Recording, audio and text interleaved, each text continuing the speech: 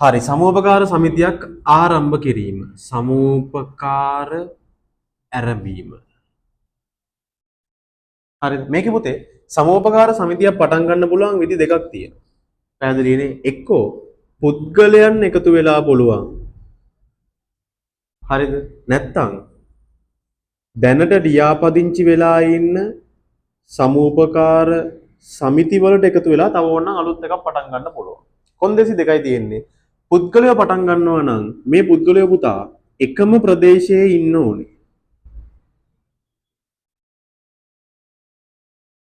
එකම ප්‍රදේශයේ එක ළඟ එකම ග්‍රාම සේවා වසම වගේ ඉන්න ඕනේ.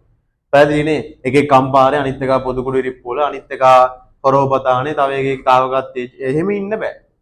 පැහැදිලිනේ? එකම ප්‍රදේශයේ ඉන්න ඕනේ. අනිත් එක තමයි පුද්ගලයෝ එකතු වෙනවා නම් අවම කී දෙනෙක් ඉන්න ඕනේද? 10ක් ඉන්න ඕනේ. පැහැදිලිනේ? එහෙනම් පුද්ගලයෝ පටන් ගන්නවා නම් මොනවද කොන්දේසි දෙක? එකම ප්‍රදේශයේ වෙන්නත් ඕනේ. අවම පුද්ගලයෝ 10ක් වෙන්නත් ඕනේ. තව ඉතින් මේකට තව පොඩි පොඩි කොන්දේසි ටිකක් තියෙනවා.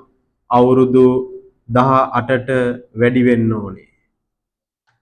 වයස අවුරුදු 18ට වැඩි පුද්ගලයෝ වෙන්නත් ඕනේ. හරිද? මේ ක්ලියර්ද? සමූපකාර සමිතිය වලට පුළුවන් තව සමිතියක් පටන් ගන්න. ඒ කියන්නේ ඔයා හිතන්නකො ළමයි මේ එක ප්‍රදේශයක ඉන්න මේ A කියලා සමූපකාර සමිතියක් තියෙනවා.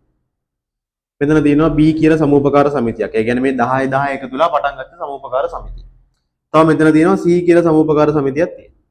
පැහැදිලිනේ? මෙන්න මේ වගේ මේ දැනට ලියාපදිංචි වෙලා ඉන්න.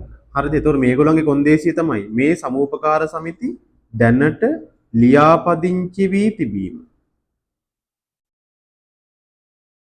පැහැදිලිනේ? දැනට ලියාපදිංචි වෙලා තියෙන්න ඕනේ. මෙයාලා තුන්දෙනා එකතු වෙලා මොකද කරන්නේ? මෙයාලා තුන්දෙනා එකතු වෙලා මොකද කරන්නේ? තව සමූපකාර සමිතියක් පටන් ගන්නවා. D කියලා අලුත් එකක් පටන් ගන්නවා.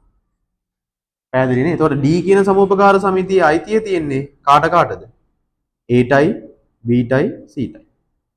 පැහැදිලිනේ? එතකොට මෙයාලට වෙන්න ඕනේ දැනට ලියාපදිංචි වෙලා තියෙන්න ඕනේ. අවම සමූපකාර සමිති කීයක් තියෙන්න ඕනේද? 3ක් එකතු වෙන්න ඕනේ. එකම ප්‍රදේශයේ තියෙන 3ක් එකතු වෙලා තව එකක් ඒ පැත්තේ පටන් ගන්න පුළුවන්.